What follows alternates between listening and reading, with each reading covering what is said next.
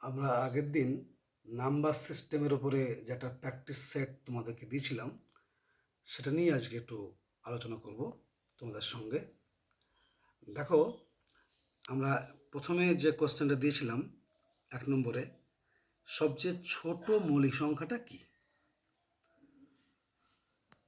তো সবচেয়ে ছোট মৌলিক সংখ্যা হবে 2। উত্তর হবে 2। 1 নয়, কারণ 1 মৌলিক নয়, যৌগিকও নয়। কারণ মৌলিক বা যৌগিকের যে সংজ্ঞা, তাতে 1 পড়ে না। তাই সবচেয়ে ছোট হলো 2। কেন পড়ে না?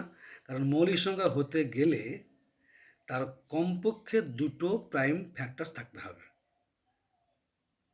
1 এবং সেই সংখ্যা। তো এখানে তো 1-এর তো প্রাইম ফ্যাক্টর একটাই, কাজেই মৌলিক সংখ্যার যে সংজ্ঞা, সেই সংজ্ঞায় 1 সংজ্ঞায়িত হয় না, যে কারণে 1টা হবে না, হবে 2। কারণ দেখো, 2-এর প্রাইম ফ্যাক্টর 1 আর 2। বেশ, নেক্সট কোশ্চেন দেখো, 2 নম্বরটা, ভি এক্স এক্স সমান 15, এটা ঠিক না ভুল? এখানে দেখো, আমরা একটা জিনিস জানি যে devil, D D E V I L, আমি ছোটো করে লিখলাম ইটাকে আর আইটাকে, অর্থাৎ ডি ভি এল, এই 3টি রোমান লেটার, এরা নেভার বি সাবট্রাক্টেড আর নেভার বি রিপিটেড। এরা কখনো রিপিটও হয় না, আবার কারোর সঙ্গে বিয়োগও হয় না। তাহলে দেখো, এখানে এক্স এক্স মানে এক্স এর মান 10, সেখান থেকে ভি মানে 5 ছোট, তার মানে এটা বোঝাচ্ছে কি বিয়োগ, তাহলে 10 থেকে 5 বাদ যাচ্ছে। কিন্তু রোমান নাম্বার সিস্টেমেই আছে যে ভিটা সে সাবট্রাক্ট হয় না, মানে বিয়োগ হয় না। শুধু ভি নয়, ভি বিয়োগ হবে না, ডি বিয়োগ হবে না, এল বিয়োগ হবে না। অর্থাৎ মনে রাখবো কি, devil, DEVIL, DVL, devil, DVL, এরা বিয়োগ হবে না, এরা রিপিট হবে না। যেমন আই রিপিট হয়, এক্স রিপিট হয়, এম রিপিট হয়, কিন্তু এগুলো রিপিট হবে না। সো প্রথমেই আমাদের রোমান যে নাম্বার সিস্টেম, সেই সিস্টেমেই ভুল, যে ভিটা এখানে বিয়োগ করেছে, ফলে এটা ভুল হবে না। নেক্সট কোশ্চেন, DCLXII, এটা কত? ডি মানে কত? ডি মানে 500 যোগ, সি মানে কত? 100 যোগ, এল মানে কত? 50 যোগ, এক্স মানে কত? 10, আর আই আই মানে 1 1, 1 যোগ 1, এগুলো হবে 500, 600, 650, 660, 662। এই আনসার। নেক্সট, 4 নম্বর, এল বার 50 গুণ 1000, ঠিক না ভুল? এখানে এটা ভুল। কেন ভুল? কারণ আমরা বলছিলাম দিল, এই যে দিলের উপরে বার থাকে না। আমরা আগের দিন দেখেছিলাম দিল, হৃদয়, হৃদয়ে কোনো বাধা থাকবে না, থাকবে না। আগের দিন আমরা এটা রোমান নাম্বার সিস্টেমই জেনেছিলাম, DIL, এর উপরে কোনো বাধা কাজ করে না। এখানে তাহলে এল এর উপরে বাদ দিয়ে আসে, তাহলে নাম্বার সিস্টেমের যে নিয়ম, তাতেই ভুল। সো এল বার কথাটাই ভুল। শুধু তাই না, ডি বার ভুল, আই বার ভুল, DIL, এই 3টে লেটারের উপরে বার থাকলে সেটা ভুল বলতে হবে। So L bar is equal to এত, এটা ভুল। নেক্সট কোশ্চেন, 0 যুগ্ম সংখ্যা না অযুগ্ম সংখ্যা? আমরা যুগ্ম সংখ্যা বা ইভেন নাম্বারের সংখ্যাতে পড়েছিলাম কি না, 0, 2, 6, 0, 2, 4, 6, 8, অথবা শেষে 0, 2, 4, 6, 8 থাকবে, এমন সংখ্যাকে আমরা বলবো যুগ্ম বা ইভেন নাম্বার। অথবা এই সংখ্যাগুলোকে 2 দিয়ে ভাগ করলে মিলবে, দেখা যায় যে 0কে 2 দিয়ে ভাগ করলে মিলছে।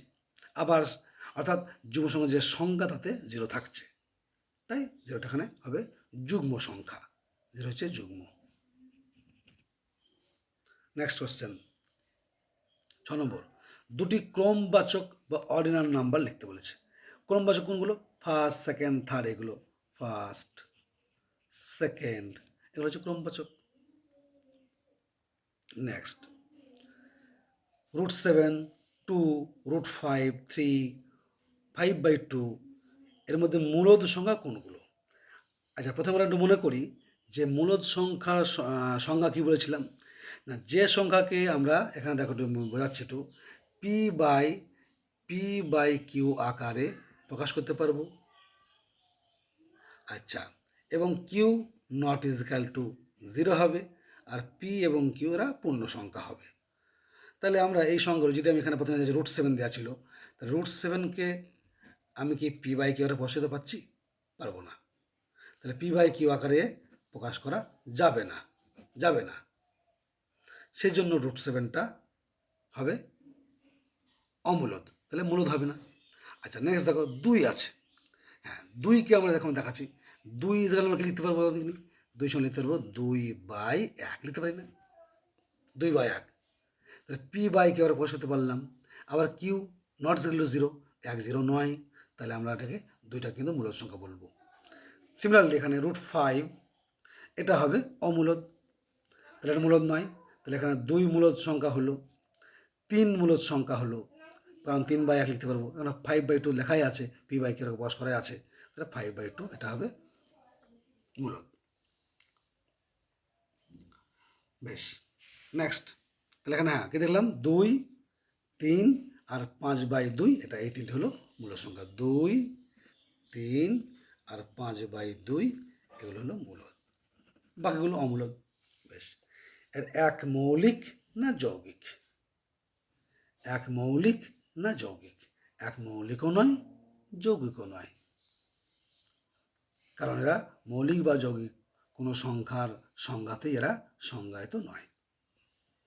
নেক্সট, স্বাভাবিক সংখ্যা ও অখণ্ড সংখ্যার পার্থক্য কি? না, আমরা বলেছিলাম যে স্বাভাবিক সংখ্যা মানে গণনার সংখ্যা, বা যেগুলো মানে গুনতি করি 1 2 3 4 5 6 7, এগুলো হচ্ছে স্বাভাবিক সংখ্যা। আর অখণ্ড সংখ্যাটা কি? না, স্বাভাবিক সংখ্যা তার সঙ্গে শূন্য ইনক্লুডেড, অর্থাৎ 0 প্লাস স্বাভাবিক সংখ্যা আমরা অখণ্ড সংখ্যা বলছি। অর্থাৎ অখণ্ড সংখ্যার মধ্যে 0 আছে, কিন্তু স্বাভাবিক সংখ্যার মধ্যে 0টা নেই, এটাই পার্থক্য। নেক্সট, 1,32,567 রোমান সংখ্যায় কেমন করে লিখব? আচ্ছা, 1 লক্ষ মানে কত? 1 লক্ষ মানে 100,000, তাই তো? তাহলে 100,000কে আমরা কীভাবে লিখতে পারি? না, সি মানে তো 100 জানি আমরা, তাহলে সি মানে হচ্ছে 100। এরপর যদি তারা বার দিই তাহলে কী হবে? সি বার 100,000 হয়ে যাবে। বেশ, তাহলে আমার 100,000 মানে 1 লাখ হয়ে গেল। তাহলে সি বার মানে হলো কি 100, সি মানে 100, আর তার সঙ্গে আমি বার দিলাম, তার মানে 3টে শূন্য হয়ে গেল, 1 লাখ হয়ে গেল, তাহলে 1 লক্ষ হয়ে গেল। এবার থাকছে কি না 32,000। 32,000 কীভাবে লিখবো? না, তার মানে 10,000 করে 10 10 করে যদি লিখি, তাহলে আমি যদি এক্স লিখি, এক্স মানে 10, তারপর বার দিলাম, তাহলে এই বার জন্য কথা হবে না প্লাস হয়ে যাবে, এক্স বার হয়েছে তোমার 10, আর তার সঙ্গে হাজারের জন্য 3টে শূন্য, তাহলে 10,000 হয়ে গেল। তাহলে এক্স বার এরকমভাবে 3টে এক্স বার যদি দিই, 3টে এক্স বার যদি দেওয়া হয়, তাহলে হয়ে যাচ্ছে 30,000। 10 10 করে 30,000 হয়ে যাচ্ছে। তাহলে হলো, এবার থাকছে কি 2,000 থাকছে। 2,000টা কীভাবে লিখবো? না, আমি হাজার জানি এম, এমে 1000 হয়।